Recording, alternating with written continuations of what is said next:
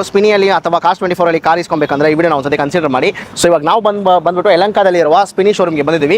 So cos 24 ಅಲ್ಲಿ ಕೂಡ ನಾನು ಆಲ್ರೆಡಿ ಟೆಸ್ಟ್ ಡ್ರೈವ್ ಬುಕ್ ಮಾಡಿದ್ದೆ. ಸೊ ಇದೇ ಕಾರು. ಸೊ ಕಾರ್ ನೀವು ಹಂಗೆ ರೈಟ್ ರೌಂಡ್ ನೋಡಿ 2020 ಮಾಡಲ್ ಕರೆಕ್ಟಾ ಇದು.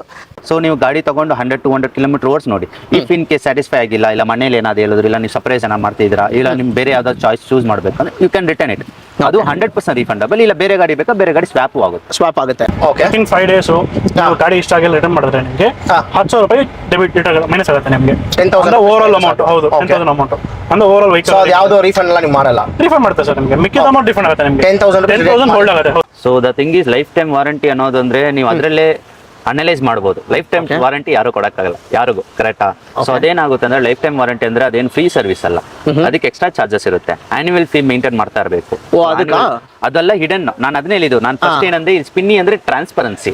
ಬೇರೆ ಕಡೆ ನಿಮ್ಗೆ ಟ್ರಾನ್ಸ್ಪರೆನ್ಸಿ ಇರಲ್ಲ. ಇವಾಗ ಎಕ್ಸಾಂಪಲ್ ಒಂದು ಕಾರ್ ಬುಕ್ ಮಾಡೋವಾಗ ನಿಮ್ಗೆ ಒಂದು ವ್ಯಾಲ್ಯೂ ತೋರಿಸುತ್ತೆ, ಅಲ್ಲೋಗಿ ಟೆಸ್ಟ್ ಡ್ರೈವ್ ಮಾಡಿ ನೀವು ತಗೊಳ್ಳೋವಾಗ ಒಂದು ವ್ಯಾಲ್ಯೂ ಕೊಡ್ತಾರೆ ಆಗುತ್ತೆ. ಎಲ್ಲ ಹಿಡನ್ ಚಾರ್ಜಸ್ ಇರುತ್ತೆ. ಸ್ಪಿನ್ನಿಯಲ್ಲಿ ಯಾವುದೇ ಇರಲ್ಲ. ಇವಾಗ ನೀವು ಫಾರ್ ಎಕ್ಸಾಂಪಲ್ ಸ್ಪಿನ್ನಿ ಆಪ್ ಅಲ್ಲಿ ನೀವೇನು ಅವಾಗ ನೀವು ಅದು ಎಕ್ಸ್ಟ್ರಾ ಕೊಡಬೇಕಾಗುತ್ತೆ ನಿಮಗೆ. ಓಕೆ. ಎಕ್ಸ್ಟ್ರಾ ಕೊಟ್ಟರೆ ನಿಮಗೆ ಅದು ಲೈಫ್ ಟೈಮ್ ವಾರಂಟಿ ನಿಮಗೆ ಅಪ್ಲಿಕೇಬಲ್ ಆಗುತ್ತೆ.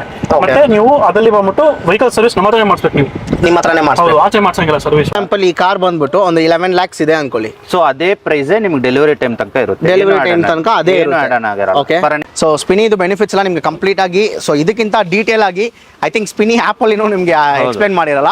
ಮಿಸ್ಟರ್ ಹರೀಶ್ ಕ್ಲಿಯರ್ ಆಗಿ ಕ್ಲೀನ್ ಆಗಿ ಬಂದ್ಬಿಟ್ಟು ನಿಮ್ಗೆ ಎಕ್ಸ್ಪ್ಲೇನ್ ಮಾಡಿದ್ದಾರೆ.